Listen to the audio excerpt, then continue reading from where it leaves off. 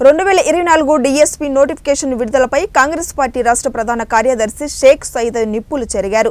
ప్రకాశం జిల్లాలో డీఎస్పీ 2024 నోటిఫికేషన్లో రాష్ట్రంలోని వివిధ జిల్లాల్లో ఖాళీగా ఉన్న ఉర్దూ ఉపాధ్యాయ పోస్టుల భర్తీ కోసం నోటిఫికేషన్లో పొందుపరచుకోవడానికి రాష్ట్ర ప్రభుత్వం దుర్మార్గం చర్య అని పేర్కొన్నారు. ముస్లిం మైనార్టీలపైన జగన్ రెడ్డి కపట ప్రేమకు ఇది నిదర్శనమని విమర్శించారు. రానున్న ఎన్నికల్లో రాష్ట్రంలో చదువుతున్న 35 లక్షల నిరుద్యోగులు జగన్కు సరైన బుద్ధి చెప్తారని హెచ్చరించారు.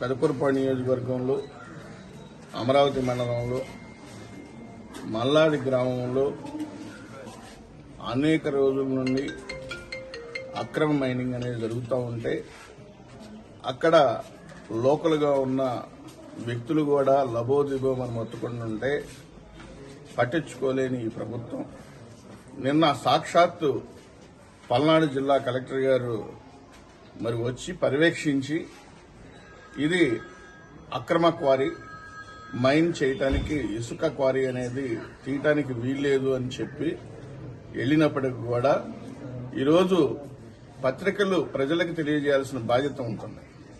దాంట్లో భాగంగా ఈరోజు ఈనాడు పేపర్కు సంబంధించి అదే వాళ్ళ మిత్రులు కూడా మాట్లాడుకొని ఈనాడుకు సంబంధించి మరి నిన్న కలెక్టర్ గారు చెప్పారు కదా, ఈరోజు అక్రమంగా ఎందుకు మైన్ చేస్తున్నారనేది ప్రశ్నిస్తే ఫొటోస్ తీస్తుంటే దాన్ని ఒక మాటలో చెప్పాలంటే భయాందోళన కలిగించే విధంగా 12:30కి వెళ్లిన వ్యక్తిని 1:15 నిమిషాల వరకు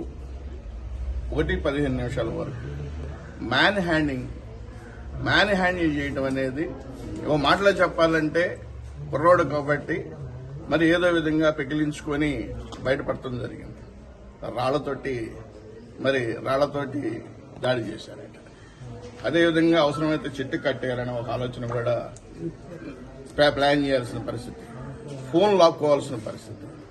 అంటే ప్రజాస్వామ్యం ఎడిపోతుంది. ప్రజాస్వామ్యంగా తీసి పక్కన పడేసే సాక్షాత్తు ఒక డిస్ట్రిక్ట్ మ్యాజిస్ట్రేట్ ఒక కలెక్టర్ వచ్చి చెప్పిన తర్వాత మరి అదే చెప్పిన ఆజ్ఞలను కూడా ఉల్లంఘించి మళ్లీ ఏదో వీళ్ళ తాతగారు జాగిరి అన్నట్టు మరి ఈరోజు 30 లారీలు ఉన్నాయంట, 30 లారీలకి ఇసుకుపోయాలంట, పోసిగాని ఆపే పరిస్థితి ఇక్కడ మండల తహసీల్దార్ గారు కానివ్వండి, అక్కడ ఉన్న లోకల్ విఆర్ఓ గారు కానివ్వండి, మరి ఏం చేస్తున్నారు అంటే చూస్తూ ఉన్నారా? మరి ఏదన్నా ఉంటే మాటలు చెప్పాలంటే గులాంగిరి చేస్తున్నారా? వాటాల గురించి ఆలోచిస్తున్నారా?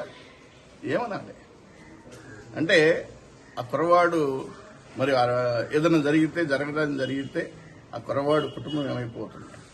అసలు జర్నలిస్టులు సంబంధించిన అంశాల్లో బాధ్యత కలిగిన వ్యక్తులుగా మరి ఉన్న వ్యక్తులు రేపొద్దున ఇటువంటి ఏం చేయాలన్నా కానీ మరి ప్రజలకి తెలియజేయాల్సిన అంశాలు ఏదైనా ఉంటే భయపడుతుంటారు. నేను అనేది ఒకటే, డిపార్ట్మెంట్ వాళ్ళకి కూడా నేను ఒకటే చెప్తున్నాను, పోలీస్ డిపార్ట్మెంట్ వాళ్ళని వెంటనే అరెస్ట్ చేయండి, తగిన సెక్షన్ని వేసే విధంగా ప్లాన్ చేయండి.